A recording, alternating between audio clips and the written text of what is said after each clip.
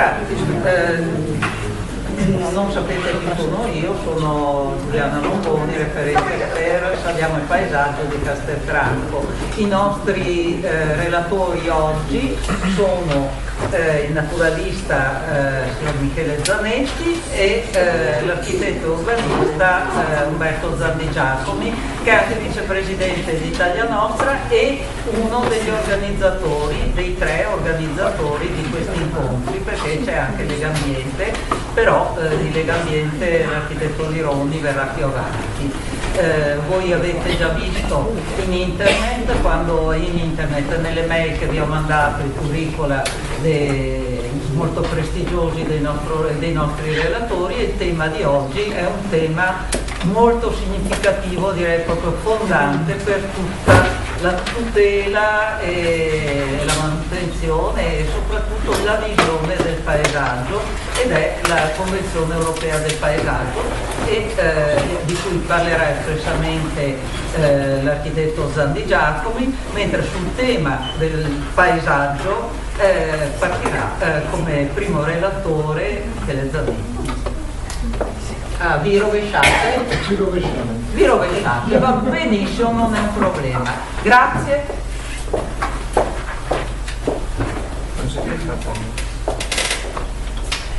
Io credo che mi ho rusciato.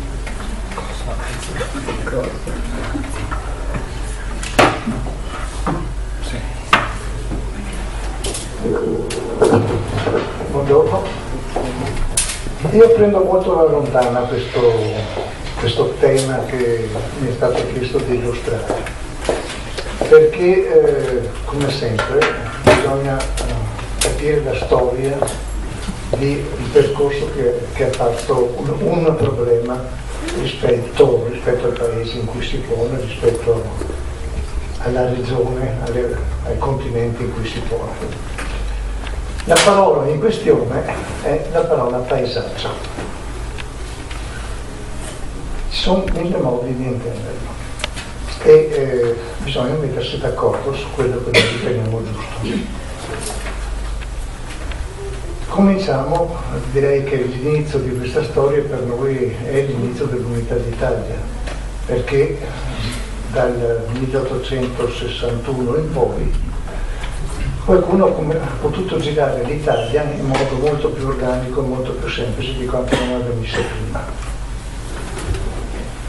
E questi primi giri per il nostro paese hanno permesso, per esempio, nel 1876 ad Antonio Stoppani, che era un abate, a scrivere il primo libro sulle cose particolari, sulle bellezze, sulle cose particolari ma anche bellezze naturali. Questo è il sottotitolo di questo libro, Il bel paese, che con 34 conversazioni Stoppani cerca di illustrare, sia partendo dal Veneto, Lombardia e Veneto, e arrivando fino in Sicilia sull'Etna. Cerca di raccontare cose particolari che lui vede in questo paese, che finalmente è unito dopo anni in cui era difficile anche girare. Non si sente? Allora me lo dici no. Assieme a Stoppani ci sono una serie di altri personaggi che si muovono, però si muovono in modo disordinato prima. Però già nel 1880 c'è un gruppo di naturalisti che forma una società per studiare in modo particolare alcuni aspetti naturalistici del nostro paese.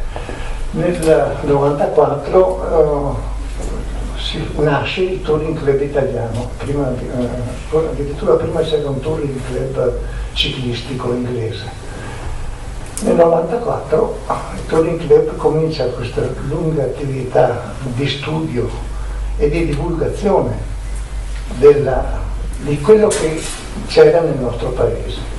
Estremamente interessante. Una delle cose interessanti però è che molto spesso in queste prime descrizioni noi troviamo una parola simbolo. però il simbolo è Belvedere, che indica dei posti specifici di particolare importanza. Guardate che abbiamo continuato a mettere nelle carte geografiche, specialmente quelle turistiche, fino a pochi anni fa, finché si usavano, adesso non si usano più. Ma ci sono sempre quel strano asterisco con i raggi un po' lunghi che indicano questo è un posto dove fermarsi per vedere bene una cosa.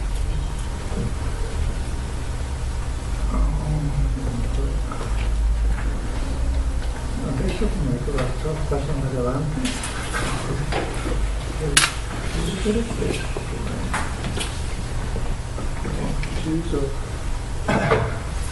Ogni tanto capitano momenti di curiosità che bisogna soddisfare. Allora in internet vado a vedere la parola Belvedere e i risultati sono questi: 7.230.000 risultati per la parola Belvedere. C'è dentro di tutto, sapete. Allora, per essere sicuri si va a vedere collegandola ad albergo, 2.330.000 risultati. Albergo in Italia 1.840.000, pensione 1.920.000, agriturismo 2 milioni e passa, località cui fanno riferimento 1.770.000. Per carità, sappiamo bene che ci sono tutte quante le commistioni. Da inesperto navigatore di internet come sono io, a un certo momento, cercando di capire come mai erano talmente tanti, mi sono trovato anche una Vittoria Belvedere attrice. Vabbè, anche lei, però anche questo dà un'indicazione.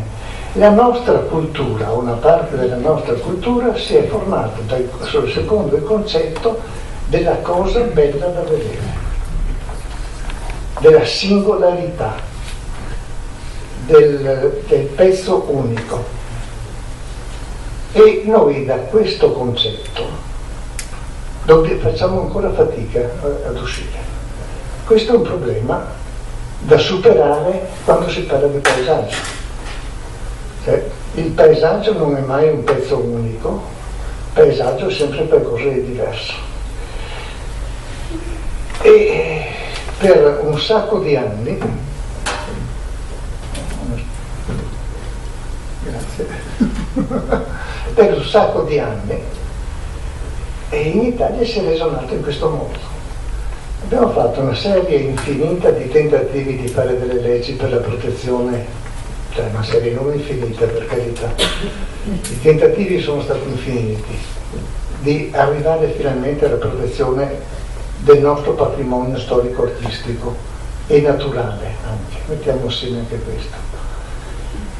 Avevamo esperienze precedenti nel nostro paese, la Repubblica di Venezia che aveva deciso con una raccomandazione del Consiglio di Lise aveva deciso che certe cose non si dovevano fare, che bisognava coltivare il decoro. Nel Regno di Napoli e delle due Sicilie si operava già con indicazioni di legge per la salvaguardia del patrimonio storico. Nel Regno del Vaticano, nel Regno dei Papi, le cose erano nate ancora prima, già dal 1500 c'erano indicazioni per mantenere il decoro di palazzi, il decoro delle chiese, anche delle cose d'arte. L'Italia Unita fa una fatica, vediamolo, a costruirsi una legge che dica qualcosa di preciso. Comincia soltanto nel 1902, c'è una prima legge in cui si dice che le cose immobili di interesse storico-archeologico, paleontologico o artistico devono essere sottoposte a tutela. E dice finalmente che potranno anche essere espropriate. Nel caso che non siano mantenute bene queste cose, lo Stato ha il diritto di procedere all'esproprio. Soltanto questa cosa dà una prima indicazione che finalmente all'inizio del Novecento, cioè 110 anni fa, insomma, ma 40 anni dopo l'unità d'Italia, si comincia a stabilire all'interno del Parlamento una maggioranza che comincia a avere il dubbio che la proprietà privata non sia così assoluta come è stata fino ad oggi. Lo Statuto Albertino continua a dire, cioè fa sempre riferimento alla ius utendi ed abutendi, cioè il diritto di usare e di abusare della propria proprietà.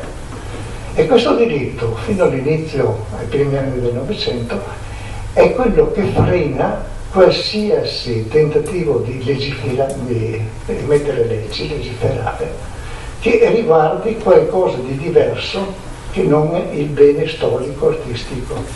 Non si riesce a parlare di bene ambientale. E quando finalmente si riesce a parlare di bene ambientale nel 1912, questo è una bellezza naturale.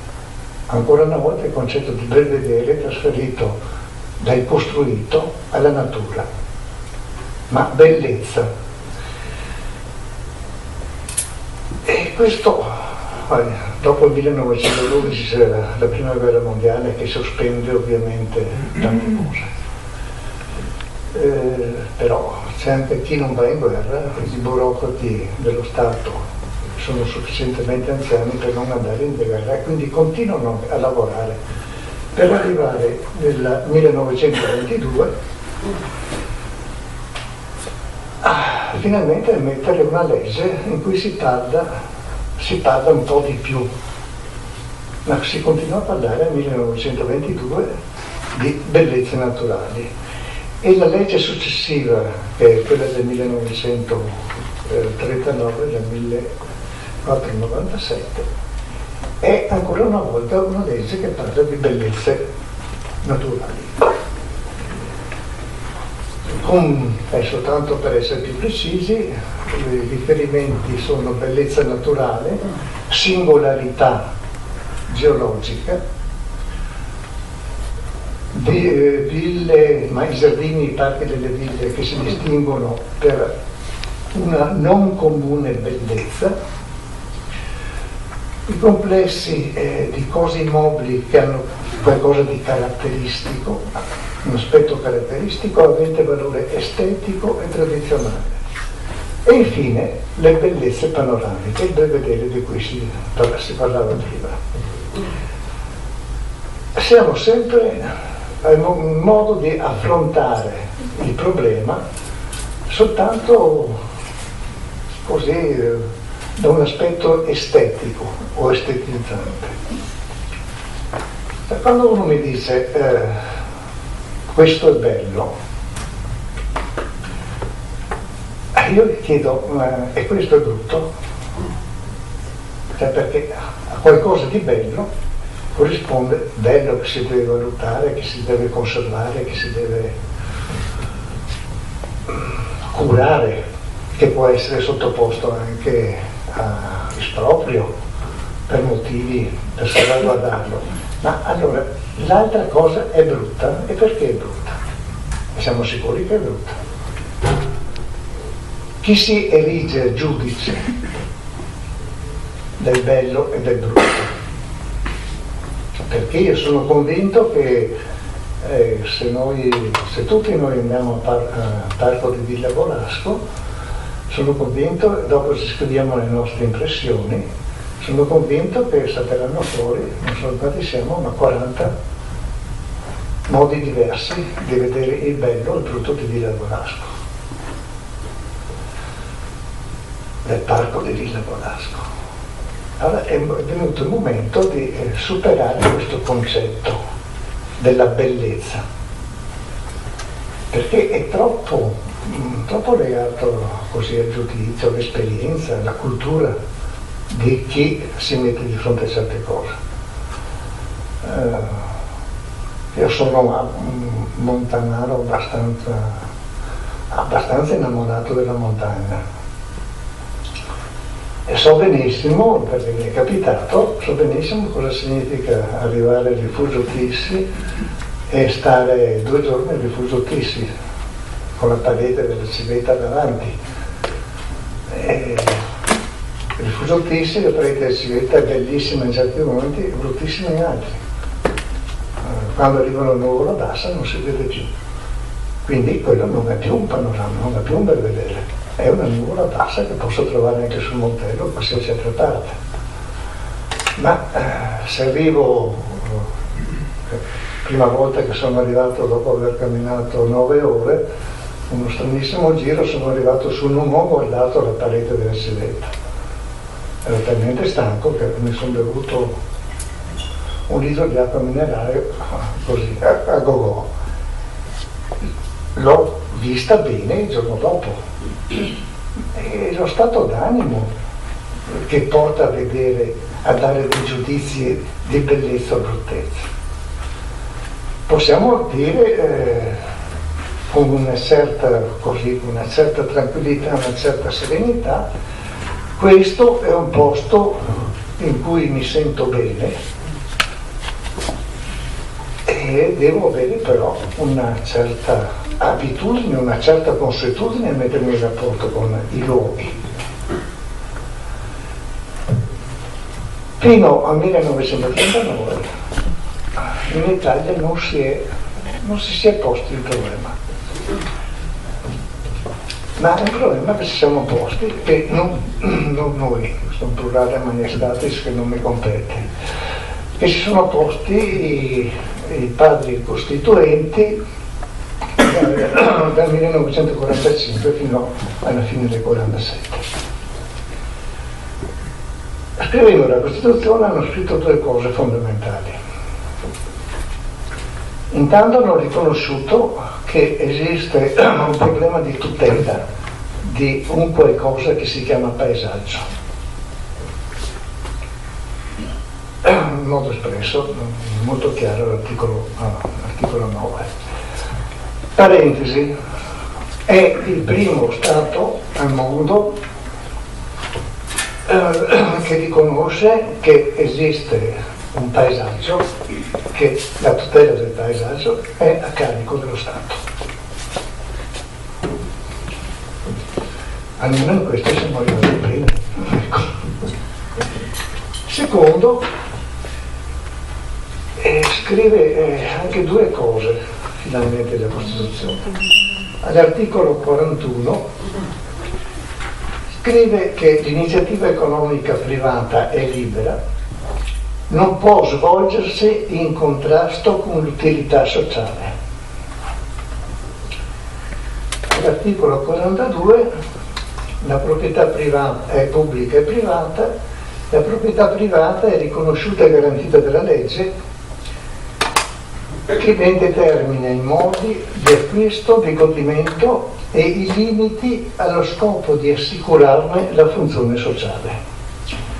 Allora, prima volta, visto che abbiamo parlato di resistenza enorme della proprietà privata a considerare l'ambiente, la natura, come bene che non fosse soltanto bene privato, quello ius utendi di cui prima volta che si dice in modo espresso, chiaro, che la proprietà privata è condizionata dal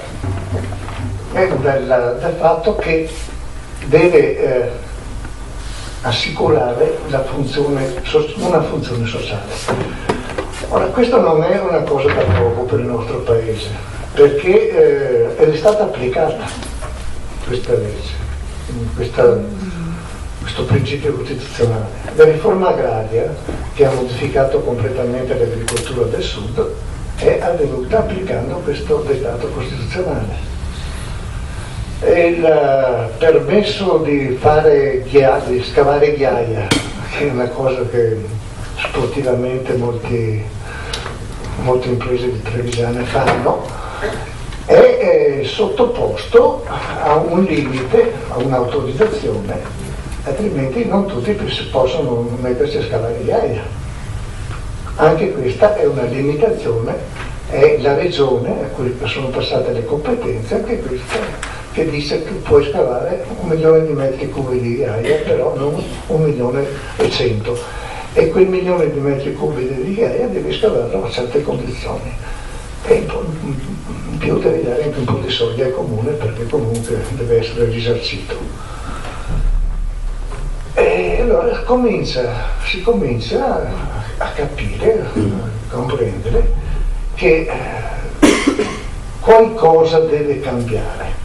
Intanto deve cambiare, bisogna arrivare, se la Costituzione dice di riconoscere il paesaggio, di tutelare il paesaggio, bisogna mettersi d'accordo su quello che si intende per paesaggio, perché altrimenti io tutelo la nuvola, è un po' più difficile, però che tutela è?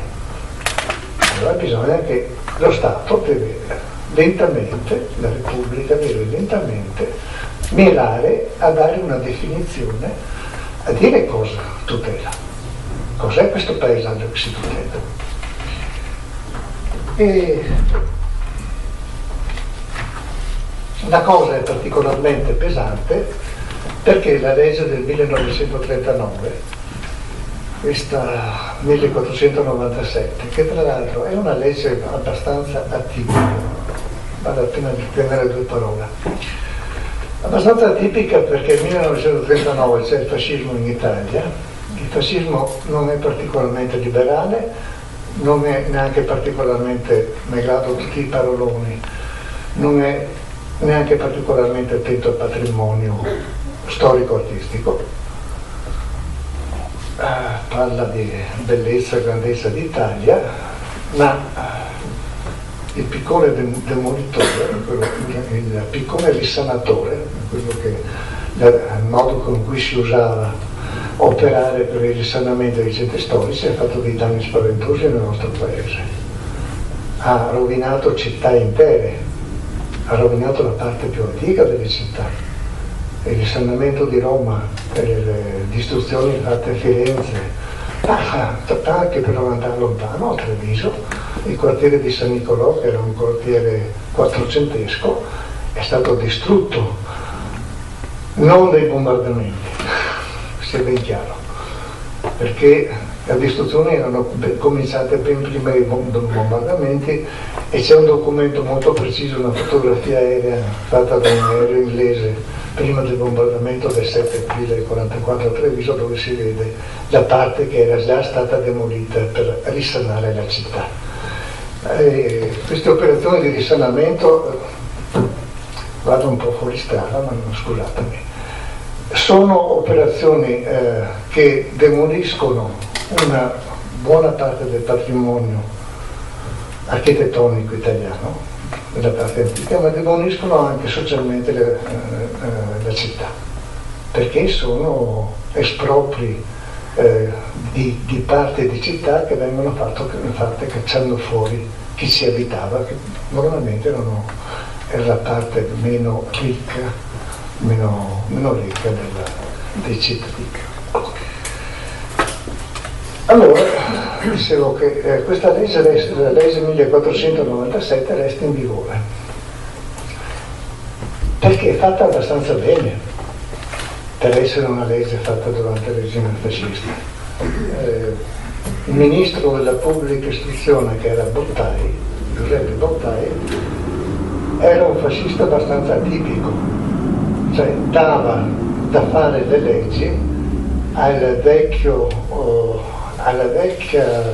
establishment che era precedente alla nascita del fascismo, che erano tutti funzionari dello Stato, burocrati statali, ma erano anche bravi, che erano già dentro la macchina dello Stato nel 1922 e hanno continuato a far carriera. Erano sufficientemente bravi, probabilmente avevano la testa del Partito Nazionale Fascista per dovere, anzi sicuramente erano di estrazione liberale, e hanno fatto una serie di leggi che Bottai ha accettato. Dalla legge per la tutela dei beni storici e artistici, la legge per la tutela delle bellezze naturali, ancora resta questa edizione, però è una legge organica, alla legge per la legge urbanistica del 1942. Leggi che sono rimaste riprese, avevano poche cose in contrasto con lo statuto, con la carta, ecco, con la Costituzione. Poche cose in contrario, poche cose che si potevano tranquillamente sistemare legiferando in modo specifico subito, invece di mantenerli in vigore per un sacco di anni. Infatti noi, cioè lo Stato italiano, la Repubblica, non ha per troppi anni, perché dal 1945 alla fine del 1998, non ha affrontato il problema di definire maggiormente certe cose. Nel settore della città la legge urbanistica, una nuova legge urbanistica non è mai saltata fuori, ma questo è un altro discorso su cui magari mi diverte anche fare, ma è un discorso diverso da quello di oggi. Ma anche nel settore della salvaguardia del territorio, dal punto di vista estetico, dal punto di vista, da questi punti di vista, non si arriva a dire cosa, a tradurre in termini di legge il significato del dettato